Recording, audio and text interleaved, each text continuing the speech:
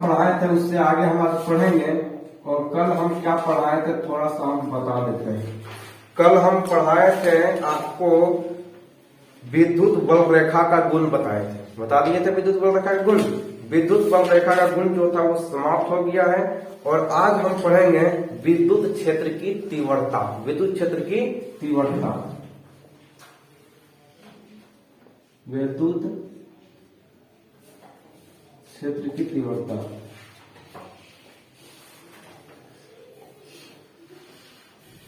विद्युत क्षेत्र की तीव्रता, विद्युत क्षेत्र की तीव्रता को समझेंगे क्या होता है। यहां से आपको पूछा, यहां से परिभाषा पूछा जाता है विद्युत क्षेत्र की तीव्रता किसे कहते हैं, विद्युत क्षेत्र का तीव्रता किसे कहते हैं, एसआई मात्रक तथा विमालिक है, एसआई मात्रक तथा विमालिक है। इस प्रकार से आपके एग्जाम में प्रश्न बनता है, याद रखिएगा। चलिए देखते हैं विद्युत क्षेत्र की तीव्रता किसे कहते हैं। तो लिखेंगे विद्युत क्षेत्र की तीव्रता का परिभाषा क्या होगा। एकांक परीक्षण आवेश पर,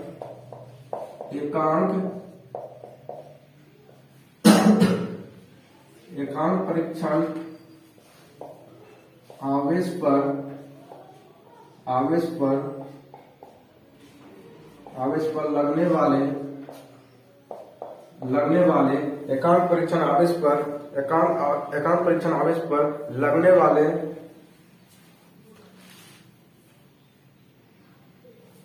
एकांक परीक्षण आवेश, चाहिए परिभाषा मत लिखिए, दूसरा लिखा है। एकांक परीक्षण आवेश के द्वारा एकांक परीक्षण आवेश के द्वारा विद्युत क्षेत्र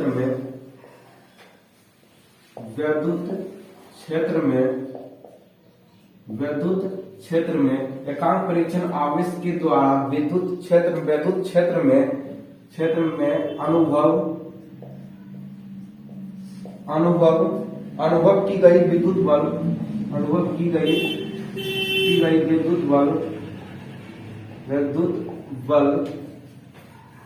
विद्युत बल को विद्युत क्षेत्र की तीव्रता कहते हैं। विद्युत क्षेत्र की तीव्रता कहते हैं, विद्युत क्षेत्र की तीव्रता कहते हैं।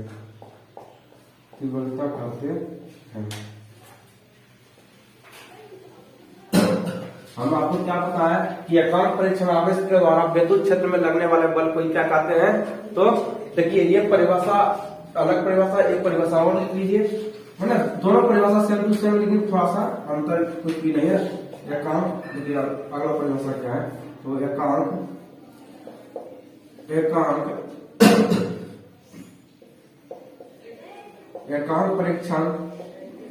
एकांक परीक्षण आवेश पर लगने वाले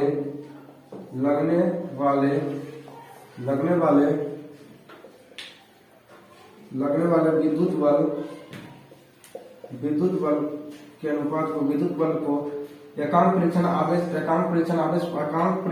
पर लगने वाले विद्युत क्षेत्र में बल, एकांक परीक्षण आवेश पर लगने वाले विद्युत बल को ही विद्युत क्षेत्र की तीव्रता कहते हैं। विद्युत क्षेत्र की तीव्रता कहते हैं।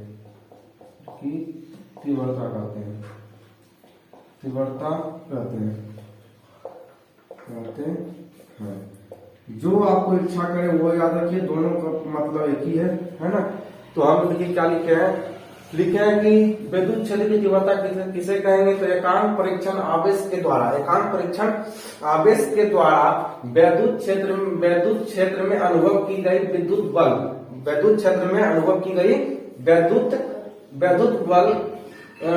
एकांक परीक्षण आवेश के द्वारा विद्युत क्षेत्र में अनुभव की गई विद्युत बल को विद्युत क्षेत्र की तीव्रता कहते हैं, है ना। उसके बाद दूसरा परिभाषा भी वही है कि एकांक परीक्षण आवेश पर लगने वाले विद्युत बल को ही क्या कहते हैं, विद्युत क्षेत्र की तीव्रता कहते हैं। मतलब भैया आपको अब जो यहाँ पे अब मतलब समझे क्या है। मतलब ये होता है ई, इसका फॉर्मूला होता है ई मतलब क्या होता है, विद्युत क्षेत्र। बार बार तो लिख रहे हैं, ई मतलब विद्युत क्षेत्र। ई क्या होता है, विद्युत क्षेत्र। ई बराबर होता है इसका फॉर्मूला F/Q नहीं बल्कि भैया Q नोड। क्या होता है, Q नोड, ये होता है फॉर्मूला। अब चलिए फॉर्मूला के माध्यम से ही हम इसका परिभाषा बनाने का प्रयास करेंगे। ध्यान दीजिएगा, बहुत इंपॉर्टेंट है, ये प्रश्न में कई बार पूछा गया है ना। चलिए हम समझेंगे और यहाँ पे देखते हैं, आपको बताते हैं कि ई देखिए यहाँ पे क्या है। ई जो यहाँ पे लिखा हुआ ये क्या है, तो विद्युत क्षेत्र। क्या है? विद्युत क्षेत्र। विद्युत क्षेत्र, ये ई क्या है? विद्युत क्षेत्र। और एफ क्या है तो आपको पता होना चाहिए, बल। क्या है? बल है। एफ क्या है? बल है। और क्यू नोड क्या है तो पता होना चाहिए, परीक्षण आवेश। क्या है? परीक्षण आवेश। परीक्षण आवेश। आवेश। आप बताइए इतना दूर में दिक्कत है किसी को? नहीं है। आप हम देखिए कि परिभाषा इसका हम कैसे बनाते हैं। देखिए हमने क्या लिखा है वही चीजों को यहाँ पे हम देख लेंगे कि एकांक परीक्षण आवेश के ऊपर, ये एकांक परीक्षण है भैया, ये एकांक परीक्षण है ना। क्यू नोड को क्या कहते हैं? एकांक परीक्षण कहते हैं। क्यू नोड को क्या कहा जाता है? एकांक परीक्षण कहा जाता है। हम डायरेक्ट यहाँ पे परीक्षण आवेश लिख दिए, कोई दिक्कत नहीं। तो एकांक परीक्षण आवेश के ऊपर, एकांक परीक्षण आवेश को, एकांक परीक्षण आवेश को जब विद्युत क्षेत्र में ले जाया जाता है, देखिए यहाँ पे समझिएगा, ई बराबर जब समझ आ जाए तो बोलिएगा समझ आ गया, ना समझ आ जाए तो दिन भर समझाते रहेंगे, फिर भी आपको समझा के रहेंगे। ई बराबर क्या होता है? एफ बटे क्यू नोड होता है। क्यू नोड होता है। ई क्या होता है? वो ई होता है विद्युत क्षेत्र। ई क्या होता है? विद्युत क्षेत्र होता है। विद्युत क्षेत्र होता है। ये क्या होता है? विद्युत क्षेत्र। समझ आ रहा है? विद्युत क्षेत्र होता है। और एफ क्या होता है? एफ होता है बल होता है। और क्यू नोड क्या होता है? परीक्षण आवेश। परीक्षण आवेश होता है। परीक्षण आवेश होता है। आप इसका देखिए परिभाषा रखिए, जल्दी नहीं है ना, समझिए। जब समझ के जब रखिएगा ना तो जल्दी आपको याद हो जाएगा। समझिएगा, परिभाषा बनाने के लिए सीखिए। तो एकांक परीक्षण आवेश के ऊपर, ये एकांक परीक्षण है तो एकांक परीक्षण आवेश के ऊपर, एकांक परीक्षण आवेश के ऊपर, एकांक परीक्षण आवेश को, एकांक परीक्षण आवेश को, एकांक परीक्षण आवेश को जब विद्युत क्षेत्र में ले जाया जाता है, एकांक परीक्षण आवेश को जब विद्युत क्षेत्र में ले जाया जाता है तो एक विद्युत बल का अनुभव करता है। क्यों विद्युत बल का अनुभव करेगा? जैसे ही इस एकांक परीक्षण आवेश को जब विद्युत क्षेत्र में ले जाया जाएगा तो देखिए ऑलरेडी यहाँ पे बल कार्य करेगा। कार्य करेगा क्या करेगा? जब एकांक परीक्षण आवेश को, जब हम इस एकांक परीक्षण आवेश को जब हम विद्युत क्षेत्र में ले जाएंगे, जब हम विद्युत क्षेत्र में हम जब ले जाएंगे तो यहाँ पे एक बल कार्य करेगा। क्या करेगा? ये जो एकांक परीक्षण आवेश है इसके ऊपर एक बल लगेगा। क्या लगेगा? बल लगेगा। लगेगा कि नहीं लगेगा? क्योंकि अभी तो बल नहीं था, लेकिन जैसे ही परीक्षण आवेश को, जैसे ही इस परीक्षण आवेश को हम विद्युत क्षेत्र में ले जाएंगे तो विद्युत क्षेत्र में ले जाएंगे तो ये इस एकांक परीक्षण आवेश के ऊपर बल लगेगा। क्या लगेगा? बल लगेगा। उसी को कहते हैं, क्या कहेंगे? विद्युत क्षेत्र की तीव्रता कहते हैं। मतलब समझ जाइए कि जब एकांक परीक्षण आवेश को विद्युत क्षेत्र में ले जाया जाता है तो उस पर एक बल कार्य करता है, उस पर एक बल अनुभव करता है। विद्युत परीक्षण आवेश के ऊपर बल का एक अनुभव करता है, उसी को क्या कहते हैं? विद्युत क्षेत्र की तीव्रता कहते हैं। फिर समझिए, जब एकांक परीक्षण आवेश को, जब एकांक परीक्षण आवेश को जब विद्युत क्षेत्र में ले जाया जाता है तो उसमें तो परीक्षण आवेश के ऊपर एक बल कार्य करता है, उसी को क्या कहते हैं? तो उसी को जो हम कहते हैं विद्युत क्षेत्र की तीव्रता कहते हैं। इतना समझाने के बावजूद यदि आपको रखना पड़े तो बड़ा दुर्भाग्य की बात है ना। तो आप समझ आ गया होगा, बड़ा बढ़िया भी बात है। अगर समझ आ गया तो बढ़िया भी बात है, ना समझ आएगा तो भी बढ़िया भी बात है ना। चलिए आगे बढ़ते हैं। अब हमें यह बता दीजिए, कहीं अभी परिभाषा कहीं दिक्कत है किसी को? समझ रहे हैं? बताइए, दिक्कत है? नहीं दिक्कत, आगे बढ़ेंगे। अब आगे रखें, इसका मात्रक क्या होता है? इसका मात्रक भी पूछता है, तो इसका मात्रक याद रखिएगा। तो इसका मात्रक क्या होता है? इसका मात्रक चलिए, मात्रक क्या होता है? तो मात्रक इसका होता है, मात्रक होता है Newton into coulomb. Newton into coulomb, इनकी न्यूटन बटे कूलम। न्यूटन बटे कूलम। न्यूटन बटे कूलम। और आप बोलिएगा कि न्यूटन बटे कूलम कैसे आया? तो समझिएगा, देखिए एफ जो है, एफ यहाँ पे, चलिए यहाँ पे हम देख लेते हैं कि न्यूटन बटे कूलम कैसे आया।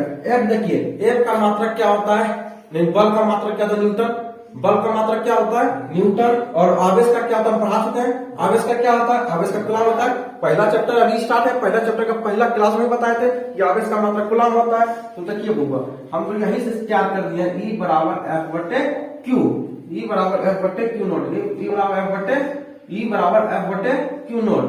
क्योंकि पहला नंबर बल का मात्रक क्या होता है? बल का मात्रक न्यूटन होता है। बल का मात्रक क्या होता है? न्यूटन। और Q का क्या नहीं, आवेश का मात्रक क्या होता है? आवेश का क्या होता है? कूलाम। आवेश का क्या होता है? कूलाम। तो देखिए तैयार हुआ, लेकिन तैयार हो गया विद्युत क्षेत्र। विद्युत क्षेत्र का फॉर्मूला क्या होगा? तो विद्युत क्षेत्र का हो गया, विद्युत क्षेत्र का हो गया न्यूटन, न्यूटन बटे कूलाम, न्यूटन बटे कूलाम। हो गया तैयार? चलिए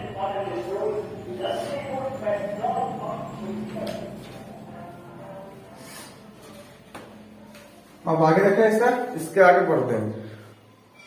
तो मात्रक देख लीजिए, इसका दूसरा भी मात्रक होता है, दूसरा मात्रक देखते हैं। इसका दूसरा मात्रक होता है वोल्ट प्रति मीटर, यानी वोल्ट बटे मीटर, वोल्ट बटे मीटर या वोल्ट बटे मीटर, या वोल्ट बटे मीटर।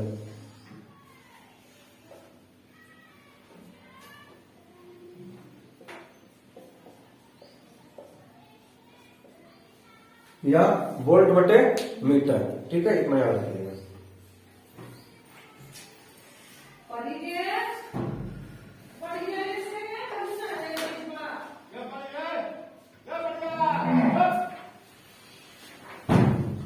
वोल्ट बटे मीटर होता है। चलिए आगे देखते हैं। अब इसका बीमा देखते हैं, है ना। बीमा बहुत ज्यादा पूछता है। देखिए बीमा जल्दी पूछता तो नहीं है, लेकिन जब पूछ दे तो आपको याद रहना जरूरी होता है। चलिए इसका बीमा देखते हैं। इसका बीमा क्या होता है? इसका बीमीय सूत्र क्या होता है? तो इसका बीमीय सूत्र होता है, बीमीय सूत्र। चलिए देखते हैं इसका बीमीय सूत्र क्या होता है। तो पहले फॉर्मूला लिखिए। E बराबर क्या होता है? E बराबर F बटे क्यू नोट, F बटे क्यू नोट। जो शुरू से पढ़ रहे हैं उसको पता होगा E बराबर F बटे क्यू नोट होता है। तो जो शुरू से भी नहीं पढ़ रहा है, जो अभी से भी पढ़ाई कर रहा है, उसको भी पता होगा। उसको भी क्या होगा दोस्ती? F न्यूटन का बीमा क्या होता है? पता है? नहीं पता है, नहीं पता है। पता क्यों नहीं है? पता इसलिए नहीं है क्योंकि आपने 11th में मस्ती किया, इसलिए पता नहीं है। बीमा क्योंकि 11th में ही निकालना सिखाया जाता है, ठीक है। तो अभी हम आपको यहाँ सिखा रहे हैं, चलिए कोई बात नहीं, थोड़ा सा सिखाएंगे। F न्यूटन का बीमा क्या होता है? तो न्यूटन का बीमा होता है MLT इनवर्स 2। यहाँ पे लिखेंगे, चलिए यहीं पे चलो भैया यहाँ से मिल जाओ तुम ऊपर चलो। अब यहाँ इसको लाते हैं। E बराबर बीमीय सूत्र, बीमीय सूत्र, बीमीय सूत्र, बीमीय सूत्र देखते हैं। तो इसका फॉर्मूला क्या होता है? E बराबर F बटे क्यू नोट होता है।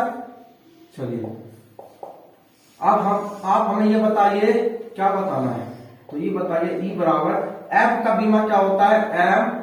MLT इनवर्स 2, इसे याद करना पड़ता है। MLT इनवर्स 2 डायरेक्ट याद रखिएगा। कि बल का बीमा क्या होता है? MLT इनवर्स 2 होता है। और आवेश का क्या होता है पता है? AT। आवेश का क्या होता है? AT। पढ़ा है ना? पढ़ा है। आवेश का बीमा क्या होता है? AT। तो छोटा छोटा चीज याद कैसे होगा? पहले चैप्टर में पढ़ा है और पहला वीडियो में पहला क्लास में ही पढ़ा है। तो आवेश का बीमा क्या होता है? AT। क्या होता है? AT होता है। अब लिखेंगे E बराबर, जब कोई चीज ऊपर से जब नीचे से ऊपर जाता है क्या होता है? माइनस होता है। कहीं दिक्कत नहीं होनी चाहिए। तो हम लिखे MLT पर पावर कितना है? -2। और यहाँ T है, नीचे T है, एक T। देखिए 2 T ऊपर है भैया, 2 T कहाँ है? ऊपर। और एक T कहाँ है? नीचे। जब हम नीचे का चीज जब ऊपर ले जाएंगे तो क्या होगा? माइनस में। क्या होगा? माइनस में। ठीक है, समझ आ रहा है ना? देखिए T पावर -2 है, जब पावर को जब ऊपर ले जाएंगे क्या होगा? माइनस में होगा। तो जब ये माइनस में होगा तो माइनस, यहाँ पे T पावर -1 होगा। क्या होगा? -1। और माइनस क्या होगा? माइनस प्लस, लेकिन जब माइनस जब प्लस होगा, माइनस जब प्लस होगा तो चिन्ह किसका लगेगा? माइनस का, क्योंकि चिन्ह सबसे ज्यादा किसका है? माइनस का है, ये सब चीज सिखाना पड़ेगा। 2 + 2 4 होता है t पावर -3। अब कैसे t पावर -3 आ गया, ये तो अभी हम बता दिए कि t पावर -3 कैसे बता दिए। तो अगर t पावर -3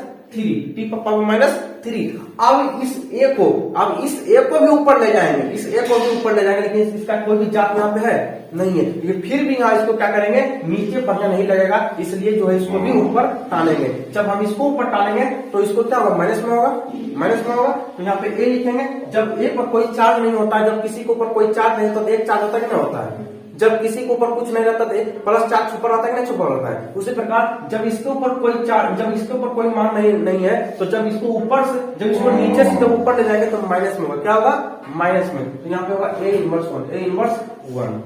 यही होता बीमीय। हम चाहते नहीं होगा तो हम तो लिख देते बीमीय सूत्र, लेकिन हम आपको करने सिखाए, करके दिखाए कैसे बीमीय निकलता है। निकाल दिया आगे समझ में। चलिए आगे बढ़ते हैं। अब इससे आगे देखेंगे,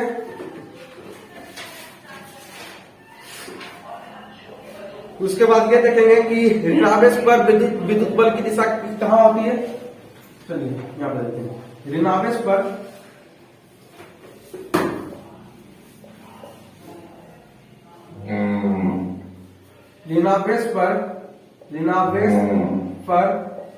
विद्युत क्षेत्र ऋणावेश पर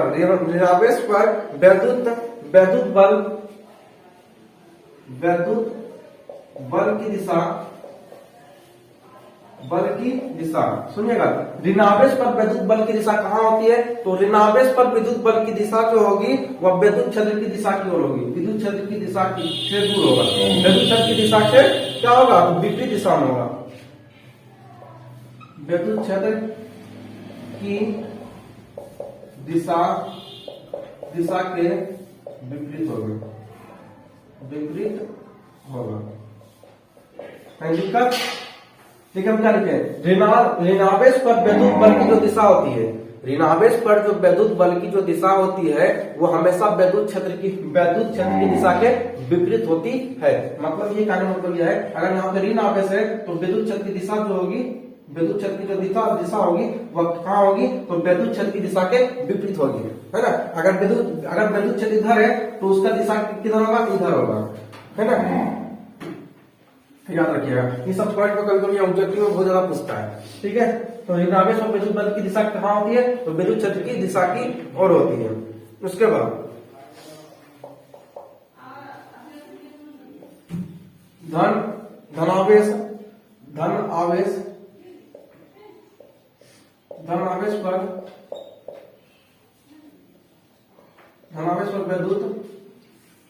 विद्युत बल की दिशा। हम देखिए विद्युत बल दिख रहा है, आवेश नहीं दिख रहा है, जो आप समझ रहे हैं ना।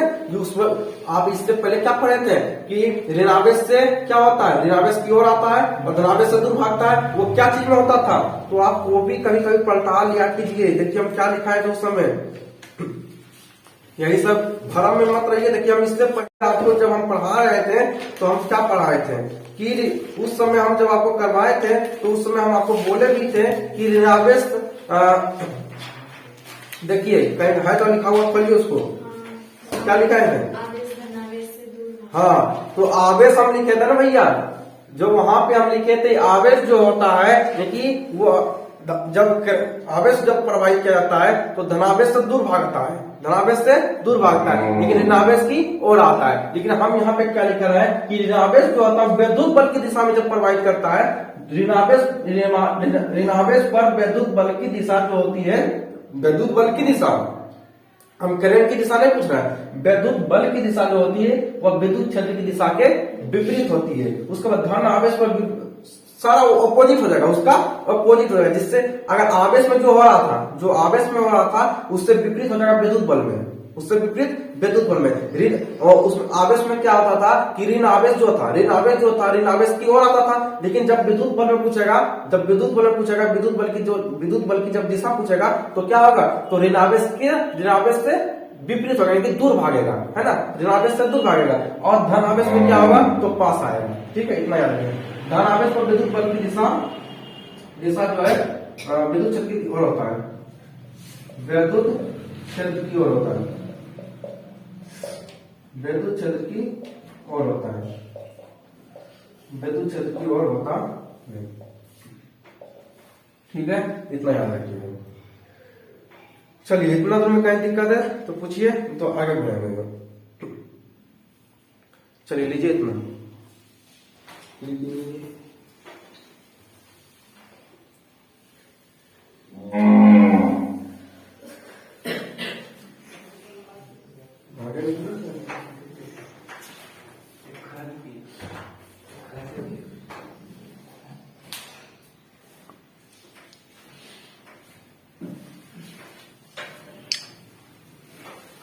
चलिए आगे बढ़ते हैं।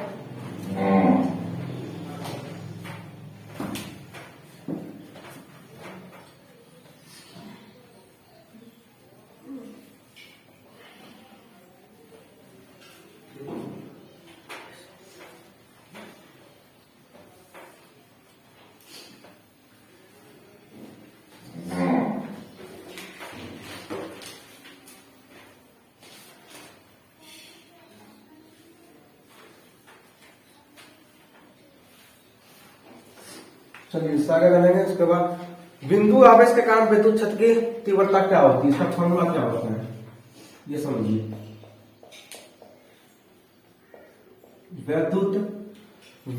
बिंदु आवेश के कारण बिंदु आवेश के कारण बिंदु आवेश के कारण बिंदु आवेश के कारण विद्युत क्षेत्र की तीव्रता, विद्युत क्षेत्र की तीव्रता, विद्युत क्षेत्र की तीव्रता, इसका फॉर्मूला याद रखिएगा, पूछ लिया जाता है। ठीक है, तो बिंदु आवेश के कारण विद्युत क्षेत्र की जो तीव्रता होती है वो होती है F बराबर 1/4 पाई एप्सिलॉन नॉट Q बटे R स्क्वायर, Q बटे R स्क्वायर।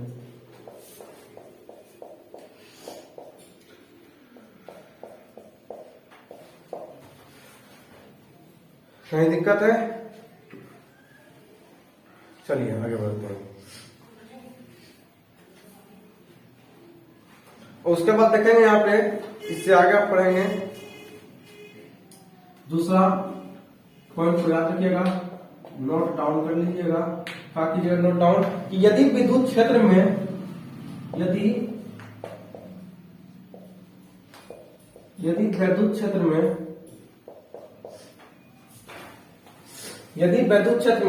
दो या दो से अधिक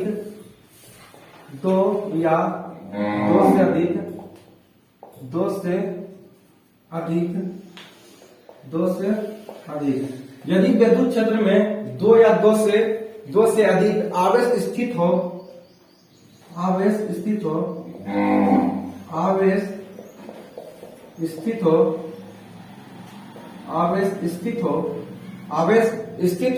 तो आवेश के कारण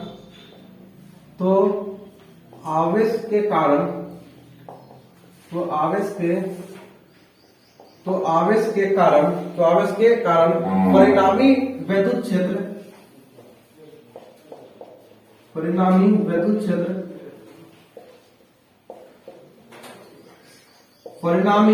विद्युत क्षेत्र की तीव्रता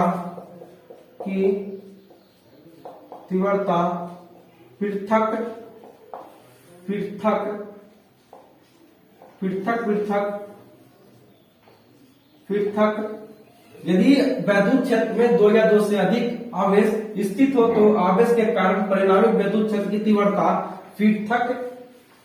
पृथक और पृथक आवेश के कारण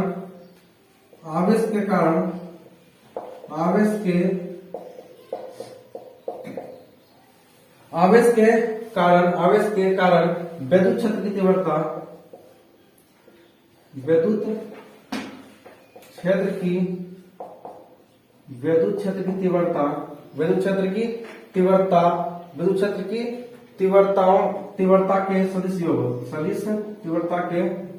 तीव्रता के सदिश योग के बराबर होता है, योग के बराबर होता है। देखिए हम क्या लिखे हैं, यदि विद्युत क्षेत्र में 2 या 2 से अधिक आवेश, कितना आवेश होना चाहिए? कोई विद्युत क्षेत्र है तो विद्युत क्षेत्र में कितना आवेश होना चाहिए? तो मान लीजिए कि ये विद्युत क्षेत्र है तो इसमें कितना आवेश होना चाहिए? 2 या 2 से अधिक, उससे कम नहीं होनी चाहिए, 2 या 2 से अधिक होनी चाहिए। यदि विद्युत क्षेत्र में 2 या 2 से अधिक आवेश स्थित हो तो आवेश के कारण परिणामी विद्युत क्षेत्र की तीव्रता पृथक आवेश के कारण विद्युत क्षेत्र की तीव्रता के सदिश योग के बराबर होता है। कहने मतलब यह है कि जो विद्युत क्षेत्र के अंदर 2 या 2 से अधिक जो आवेश होता है उसके परिणामी आवेश के कारण जो विद्युत क्षेत्र जो होता है, विद्युत क्षेत्र की जो तीव्रता होता है वो सदिश योग के बराबर होता है। किसके योग के बराबर होता है? सदिश योग के बराबर होता है। तो इसका फॉर्मूला होता है जैसे E बराबर अर्थात इसका फॉर्मूला क्या होता है? जैसे E बराबर होता है E1 plus E2 plus E3 plus E4 यहाँ पर En तक। मतलब आप जो है वही चीज यहाँ पे बता रहे हैं जो चीज आप पढ़े थे अध्यारोपण सिद्धांत में। यहाँ पे कितना भी आवेश, Q1 आवेश हो जाएगा, Q2 आवेश हो जाएगा, Q3 आवेश हो जाएगा, Q4 आवेश हो जाएगा, Q5 आवेश हो जाएगा, है ना। तो इस विद्युत क्षेत्र में मान लीजिए कि यह विद्युत क्षेत्र है और इस विद्युत क्षेत्र में कितना आवेश स्थित है? 2 या 2 से अधिक। ये मान लिया जाए कि यह विद्युत क्षेत्र है और इस विद्युत क्षेत्र में आवेश कितना है? 2 या 2 से अधिक आवेश है। जितना भी आवेश दिया हुआ है सभी के मान को जोड़ देंगे। देखिए E1, E2, E3, E4 जितना भी आवेश दिया हो सभी के मान को क्या करेंगे? सभी के मान को जोड़ देंगे, ठीक है। उसी को कहते हैं सदिश योग के बराबर होता है, सदिश योग के बराबर होता है। वही हम लिखे हैं यदि विद्युत क्षेत्र में 2 या 2 से अधिक आवेश स्थित हो तो आवेश के कारण परिणामी विद्युत क्षेत्र की तीव्रता पृथक आवेश के कारण विद्युत क्षेत्र की तीव्रता के सदिश योग के बराबर होता है। मतलब जितना इनमें आवेश उपस्थित होता है सभी के सदिश योग कर देना चाहिए। सभी को क्या करेंगे? सदिश योग कर देंगे, कि सभी आवेश को क्या करेंगे? जोड़ देंगे, सभी आवेश के मान को जोड़ देंगे। उसी को कहते हैं, क्या कहेंगे? उसी को विद्युत क्षेत्र की तीव्रता के सदिश योग के बराबर कहेंगे, ठीक है। इतना समझ आ गया? तो आगे बढ़ेंगे। यहाँ तक दिक्कत है तो बताइए। ये सारा चीज आपने जब पूछेगा तो ऑब्जेक्टिव में पूछेगा, है ना। और कभी कभी मूड खराब हो तो सब्जेक्टिव में भी डालेगा, इसको कोई मतलब नहीं है। आपको याद रखना है सब चीजों को। चलिए आगे बढ़ते हैं। अब इससे पढ़ेंगे आगे तो जानेंगे, आप पढ़ेंगे विद्युत द्विध्रुव। क्या पढ़ेंगे? विद्युत द्विध्रुव पढ़ेंगे। विद्युत द्विध्रुव पढ़ेंगे और समझेंगे विद्युत द्विध्रुव क्या होता है। विद्युत द्विध्रुव क्या होता है तो इसमें समझिएगा समान परिमाण, इसका परिभाषा क्या होता है देखिएगा। समान परिमाण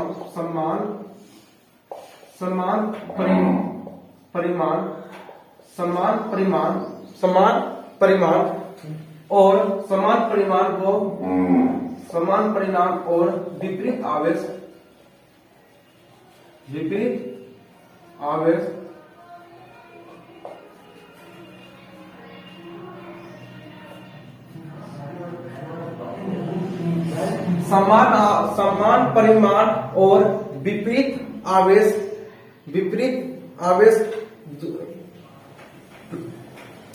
समान परिमाण और विपरीत आवेश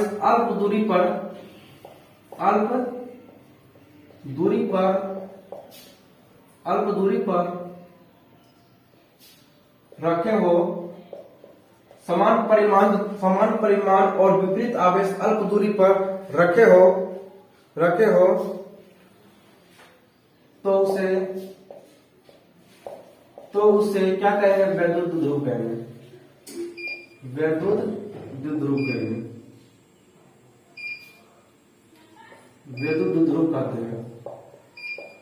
द्विध्रुव कहते हैं। देखिए हम क्या लिखे हैं? समान परिमाण और विपरीत आवेश कैसा होना चाहिए? तो आवेश जो है विपरीत होना चाहिए और समान परिमाण कैसा होना चाहिए? समान होना चाहिए, है ना। समान परिमाण और विपरीत आवेश यदि अल्प दूरी पर रखे हो, अल्प दूरी पर रखे हो तो उसे वैद्युत द्विध्रुव कहते हैं। समझिएगा फिगर के माध्यम से। जैसे यहाँ पे देखिए, यहाँ पे लिए समान परिमाण, एक पर माइनस क्यू आवेश लेंगे, एक लेंगे प्लस क्यू आवेश, एक लेंगे प्लस क्यू आवेश। देखिए समान परिमाण और विपरीत आवेश, आवेश का विपरीत, एक माइनस वाला आवेश है, एक प्लस वाला आवेश है ना, अलग अलग आवेश है या नहीं है? आवेश आपको जो दिख रहा है वो अलग अलग आवेश आपको दिख रहा है। तो समान परिमाण और विपरीत आवेश, विपरीत आवेश, यहाँ पे आवेश कैसा है, तो यहाँ पे आवेश एक आवेश जो आपका है वो माइनस में है और एक आवेश जो आपका है वो प्लस में है। ठीक है, तो समान परिमाण और विपरीत आवेश और अल्प दूरी पर रखे हो। अल्प मतलब समझते, अल्प मतलब ये होता है कम दूरी पर है, बहुत ही छोटी दूरी पर हो, बहुत ही छोटी दूरी पर हो, उसी को कहते हैं अल्प दूरी पर। तो वही यहाँ पे कहा गया है कि दो समान परिमाण और विपरीत आवेश अल्प दूरी पर रखे हो। ये जो दोनों आवेश आपको दिख रहा है, ये दोनों आवेश जो कहाँ होना चाहिए, तो ये दोनों आवेश जो है बहुत ही छोटे दूरियां पर होनी चाहिए, है ना, बहुत ज्यादा दूरी नहीं, छोटा दूरी, एकदम बहुत कम दूरी, है ना, बहुत ही सूक्ष्म दूरी पर, है ना। वही यहाँ पे लिखा गया है कि अल्प दूरी, दो परिमाण, समान परिमाण और विपरीत आवेश अल्प दूरी पर रखे हो, अल्प दूरी पर रखे हो तो उसे क्या कहते हैं, अल्प दूरी पर रखे हो तो उसे कहते हैं वैद्युत द्विध्रुव कहते हैं। इस परिभाषा में कोई दिक्कत नहीं, ठीक है। लेकिन आपसे बोर्ड एग्जाम में ये परिभाषा नहीं पूछेगा क्या परिभाषा, देखिए पूछेगा, लेकिन आपको इसको भी याद रखना है, लेकिन पूछेगा देखिए ये बोला, क्योंकि इस साल पूछा है तो इस साल अगला साल पूछा है, इस साल छोड़ दिया था। पूछेगा वैद्युत द्विध्रुव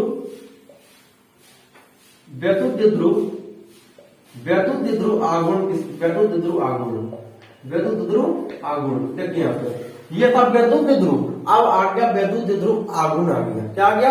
वैद्युत द्विध्रुव आघूर्ण आ गया। ये था वैद्युत द्विध्रुव, और अब की बार जो आया है वो आया है यहाँ पे वैद्युत द्विध्रुव आघूर्ण आ गया है। पूछेगा एग्जाम में आपसे ये परिभाषा, लेकिन याद रखना है दोनों परिभाषा, है ना। ये आपका वैद्युत द्विध्रुव का परिभाषा है, ये आपका वैद्युत द्विध्रुव आघूर्ण का परिभाषा है।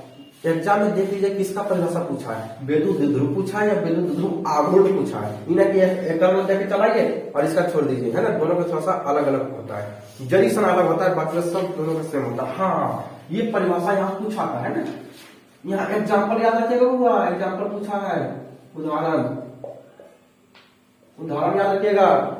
बोर्ड एग्जाम में जब पूछता है, जब परिभाषा पूछता है तो एग्जाम्पल भी पूछता है, ठीक है। तो एग्जाम्पल याद रखिएगा, इसका एग्जाम्पल होता है HCl H2O,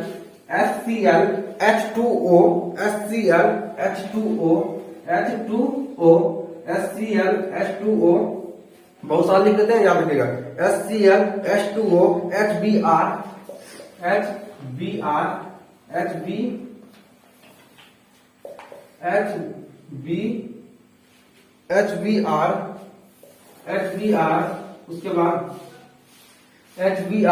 उसके बाद NH3, उसके बाद NH3 के बाद याद रखिएगा CH4, बहुत सारा है, लेकिन इतना आपको याद रखना है, एक दो ज्यादा याद करके दो को याद रखिएगा, कोई भी दो को याद कर लीजिएगा, ठीक है। चलिए, और वैद्युत द्विध्रुव का भी एग्जाम्पल पूछे तो यही दे देना है, और वैद्युत द्विध्रुव आघूर्ण का भी एग्जाम्पल पूछे तो यही दे देना है, ठीक है। आगे बढ़ते हैं। वैद्युत द्विध्रुव आघूर्ण का जो है परिभाषा क्या होता है समझिएगा। वैद्युत द्विध्रुव के किसी एक आवेश के कारण, इसका सुनिएगा, वैद्युत द्विध्रुव आघूर्ण का परिभाषा क्या है समझिएगा। वैद्युत द्विध्रुव के किसी एक आवेश के वैद्युत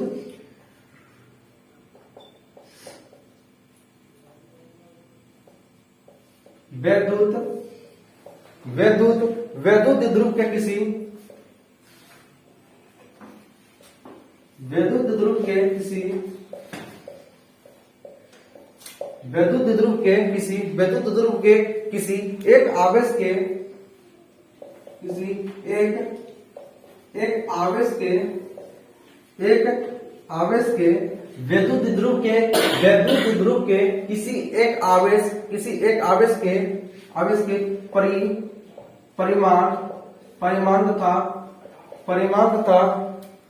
परिमाण तथा दोनों आवेशों के बीच की दूरी, दोनों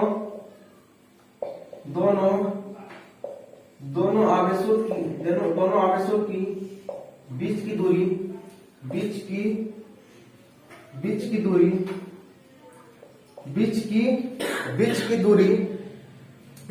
के गुणनफल क्या भैया गुणनफल हो तो उसे क्या कहते हैं? तो उसे वैद्युत ध्रुव आघूर्ण कहते हैं। वैद्युत ध्रुव आघूर्ण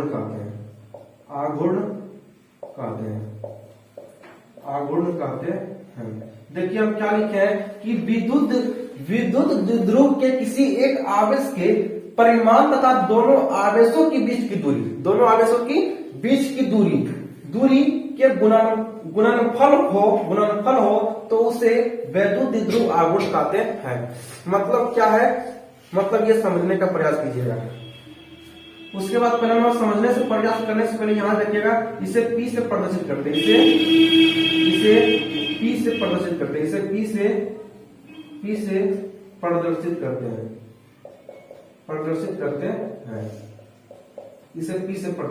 हैं। समझिएगा हम क्या कहना चाहते हैं। यहां पे जो है इस प्रकार से हम ले लिए, दो आवेश होनी चाहिए, -q आवेश और +q आवेश, है ना। हमेशा याद रखिएगा वैद्युत ध्रुव आघूर्ण का जो दिशा होता है वो हमेशा माइनस से प्लस क्यू होता है। बुर्बकी वाला काम मत कीजिएगा, इधर प्लस लिखिएगा इधर माइनस लिखिएगा, वो काम नहीं होनी चाहिए।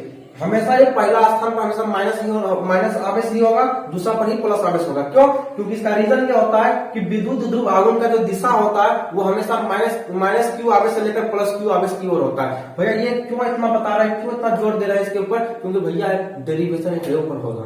यही चीज बात है कि हर चैप्टर में आपको एक चीज काम देगा, इसलिए याद रखिएगा, है ना। चैप्टर 1 में काम देगा, चैप्टर 2 में काम देगा और भी आगे काम देगा आपको, इसलिए इसको याद रखिएगा। तो हम क्या लिखे हैं कि विद्युत ध्रुव के किसी एक आवेश, विद्युत ध्रुव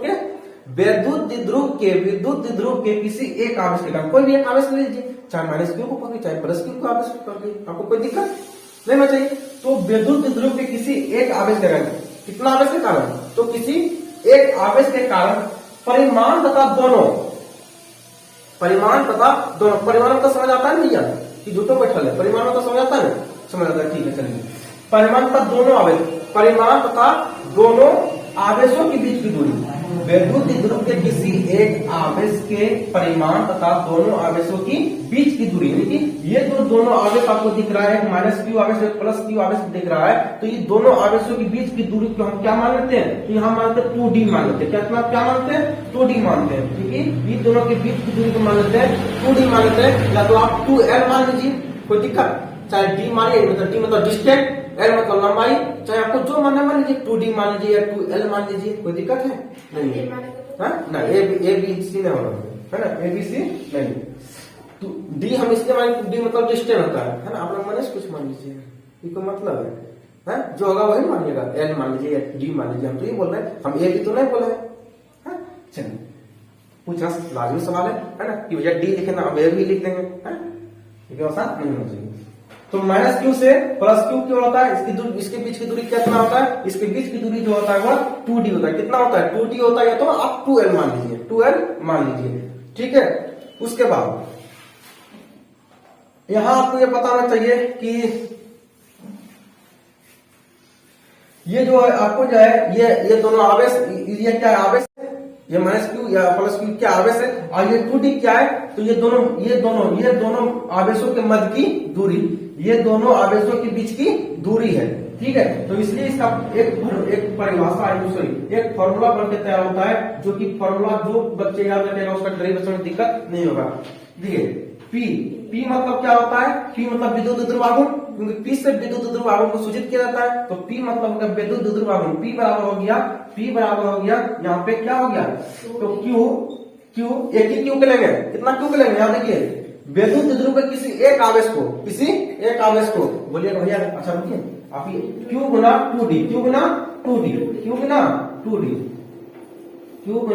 2d, तो आप ही अभी कहिएगा कि भैया P बराबर Q गुना 2d। तो यहाँ पे हम सिर्फ जब दो आवेश लेना चाहिए था यहाँ, तो एक ही आवेश क्यों लिए? अरे बाबा एक ही आवेश इसलिए लिए है क्योंकि यहाँ पे कहा जा रहा है कि विद्युत द्विध्रुव के किसी एक आवेश के कारण, किसी एक आवेश को ही लेना, दो आवेश को आप यहाँ उठाना नहीं है, किसी एक आवेश को, चाहे प्लस को लीजिए चाहे माइनस को लीजिए। हम माइनस को इसलिए नहीं लिए क्योंकि यहाँ पे बढ़िया भी नहीं लगेगा, और जो है यहाँ पे प्लस अगर यहाँ पे क्यों लेते तो यहाँ प्लस छुपा ही होता है, तो हमें तो भैया लाभांश मतलब नहीं है, हमें तो कोई भी एक आवेश उठा लेना है, तो हम प्लस वाला उठा लिए, प्लस का बेहतरीन होता है तो हमको उठा लिया, कोई दिक्कत नहीं। आप माइनस वाला लीजिएगा, माइनस वाला लीजिए, कोई दिक्कत नहीं, कोई गिला शिकायत नहीं है।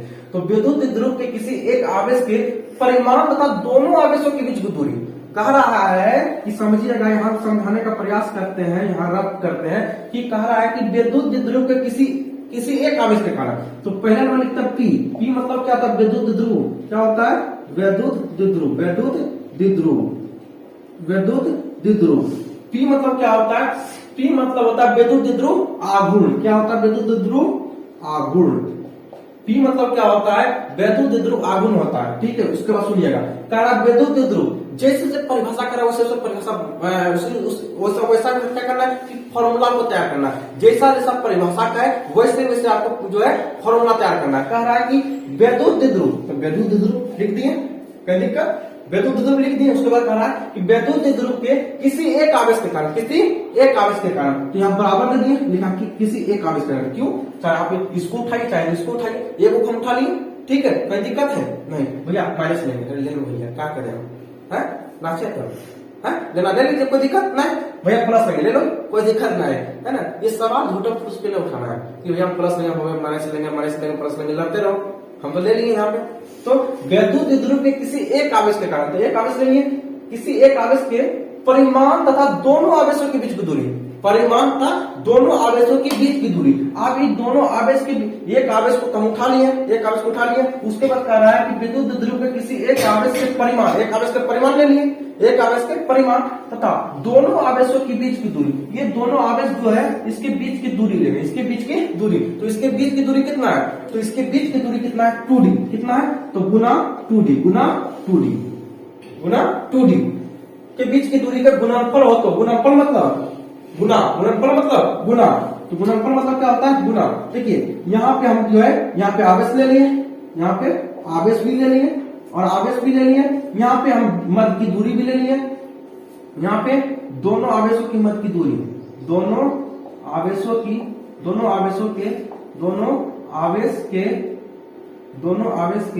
मध्य की दूरी, और यहाँ पे हम गुणनफल भी ले लिए, गुणनफल मतलब गुना, है ना। तो आप समझिए, जैसे आपका परिभाषा लिखा था उसी प्रकार हम जो यहाँ पे फॉर्मूला तैयार कर दिए। तो हम क्या लिखे हैं? विद्युत द्विध्रुव के किसी एक आवेश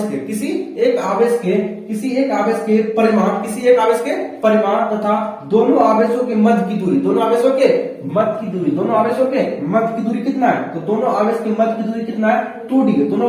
दोनों आवेशों की मध्य की दूरी 2d तथा गुणनफल लिखा हुआ, दोनों आवेशों के बीच की दूरी के गुणनफल हो तो उसी को कहते हैं विद्युत द्विध्रुव आघूर्ण कहते हैं। इतना समझाने के बावजूद भी समझ नहीं आया है तो शायद लगता है कि कहीं आपके दिमाग का इलाज ही कराना पड़ेगा, है ना। अब कहीं इसका कोई रोग नहीं, समझ आ गया कि मास्टर को भुकाना है, आपको नहीं भुकाना है, चलिए ठीक है। सब चीजों को लिख लीजिएगा, उसके बाद आगे बढ़ते हैं। उसके बाद यहाँ पे आगे बढ़ेंगे, कैसे आगे बढ़ जाए, इतना है? तो इसको मिटा दे, इसको लिख लीजिएगा कहीं, इसको जो है कहीं लिख लीजिएगा अपने से, यहाँ पे बैठा के लिख लीजिएगा, ठीक है। इसको मिटा दीजिए, इसका कोई काम नहीं।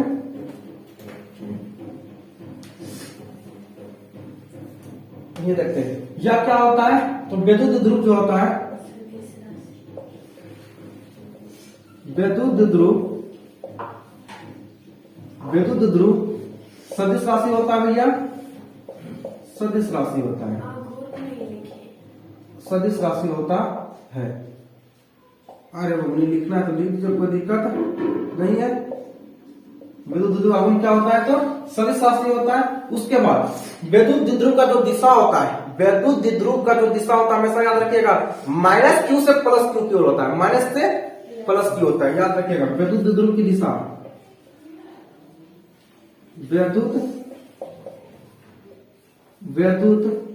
द्विध्रुव की दिशा ऋण आवेश से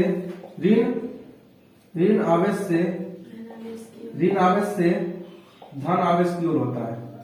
धन आवेश की ओर होता है। धन आवेश की ओर होता है। धन आवेश की ओर होता है।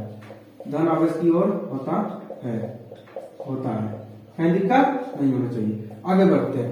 आगे हम ये जानेंगे कि विद्युत ध्रुवांतरण का मात्रक क्या होता है। तो इसका मात्रक देखिए क्या होता है। तो विद्युत ध्रुवांतरण का मात्रक क्या होता है, तो मात्रक अब आप ही बनाइएगा और आपको ही बनाना पड़ेगा। चलिए हम लिखते हैं फी बराबर देखिए हम मात्रक बनाने के लिए सिखा देते हैं क्योंकि ये 11th का चीज है वो, लेकिन हम यहाँ पे सिखा रहे हैं, कोई दिक्कत नहीं है ना, सिखा लेते हैं। P बराबर क्या होता है 2, P बराबर क्या होता है भैया Q गुना 2D। अब देखिए यहीं से बनाइए, यहीं से आपको बनाना पड़ेगा। चलिए यहाँ बनाते हैं, फॉर्मूला लिखे, उसका मात्रा देखिए। P मतलब क्या, तो विद्युत ध्रुवांतरण और Q का मात्रा क्या होता है कूलाम। Q का मात्रा क्या होता है कूलाम। यहाँ लिखिएगा कूलाम, क्या लिखिएगा कूलाम। यहाँ लिखिएगा आप, यही साइड में लिखते हैं कूलाम। मात्रक क्या होगा यहाँ पे,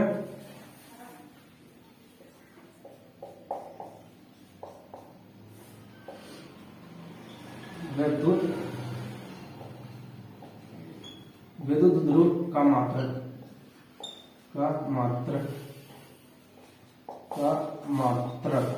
देखिए। तो क्या मात्रक क्या होगा, तो इसका मात्रक होगा, तो आपको पता है कि मात्रक यहाँ पे हो जाएगा, मात्रक यहाँ पे होगा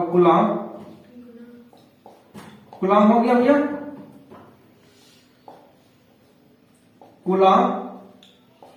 कूलाम गुना, देखिए 2 जो है 2 कांस्टेंट, यहाँ पे 2 जो होता है यहाँ पे कांस्टेंट होता है। 2 क्या होता है कांस्टेंट होता है, इसका कोई भी मात्रक नहीं होता। 2 का कोई भी मात्रक नहीं होता है। कोई भी नंबर का मात्रक होता है, तो नंबर का मात्रक नहीं होता है, इसलिए नंबर जो है ये चीज खत्म हो गया, नंबर और चीज खत्म हो गया। बचा क्या डी मतलब डिस्टेंस, मतलब दूरी को क्या चीज में, दूरी का मात्रक क्या होता है मीटर। क्या होता है मीटर, क्या होता है मीटर। कहीं दिक्कत, बनकर तैयार हो गया, मात्रक बनके तैयार हो गया। बढ़िया से लिख, सजा के लिख लीजिएगा, सजा के एकदम कितना बढ़िया लिखवाने के लिए सिखा देंगे, ठीक है। आगे इतना समझ आ गया, बहुत सब पढ़े है ना, एकदम धैर्य रखिए, है ना। चलिए इसका बीमा देखें, इसका बीमीय सूत्र क्या होता है, तो इसके बीमीय सूत्र होता है LTA। क्या होता है LTA। इसका बीमा होता है, इसका बीमा कुछ नहीं छोड़ेगा होगा, इसका बीमा होता है, इसका बीमा जो है, इसका बीमा होता है LTA। क्या होता है LTA होता है, ठीक है, याद रखिएगा, ठीक है। क्या पे हरा ले दीजिए। जब उसका हम कहने का तात्पर्य यह होगा कि जब हम जो देखिए, आप M आगे लगा लीजिए, कोई दिक्कत नहीं है ना, आप M लगा लीजिए, कोई दिक्कत यहाँ पे नहीं। जब हमें यहाँ पे M का इस्तेमाल ही नहीं हुआ है तो हम 1 क्यों लगाए, क्योंकि आवेश का A हो गया है ना, डिस्टेंस का L की हम यहाँ पे लिखे दिए हैं। M का जब इस्तेमाल हो गया, क्या लिखेंगे हम, M का इस्तेमाल जब नहीं हुआ है, जब इसी में फॉर्मूला जब M का इस्तेमाल नहीं हुआ तो हम क्यों लिखेंगे। दूसरी बात, आप अगर यदि लिखना चाहते हैं बढ़िया लगने के लिए MLTA लिखना चाहते हैं, लिख लीजिए, क्योंकि यहाँ पे कोई दिक्कत नहीं। आगे हाँ, अगर आप जीरो पावर किसी के ऊपर हो जाना तो फर्क पड़ता है, नहीं पड़ता है। आप लगाना चाहते हैं लगा लीजिए, कोई दिक्कत नहीं है। अगर आप लिखना चाहते हैं कि MLTA ये होता फॉर्मूला होगा, क्या होता है फॉर्मूला होता है। तो उसने किताब में क्या किया है, कि M भी आगे लगा दिया कि बढ़िया लगे। और M जब लगाया, देखिए इतना होशियार है कि यहाँ पे 0 भी लगाया, क्या लगा दिया 0 भी लगा दिया, ताकि उसको ये भी पता चले कि 0 का कोई वैल्यू यहाँ पे नहीं दिया हुआ, कोई मान नहीं दिया हुआ, ठीक है। हम जो आपको कराते हैं वही अपडेटेड चीज कराते हैं, और आपको कोई भी चीज नहीं छोड़ेंगे, है ना। बाबा के दरबार में सब मिलता है, ध्यान रखिएगा, सब प्रसाद मिलेगा, है ना। प्रसाद धीरे धीरे मिलेगा, लाइन बाय लाइन मिलेगा, आपको बताने की जरूरत नहीं है। चलिए मिलते हैं।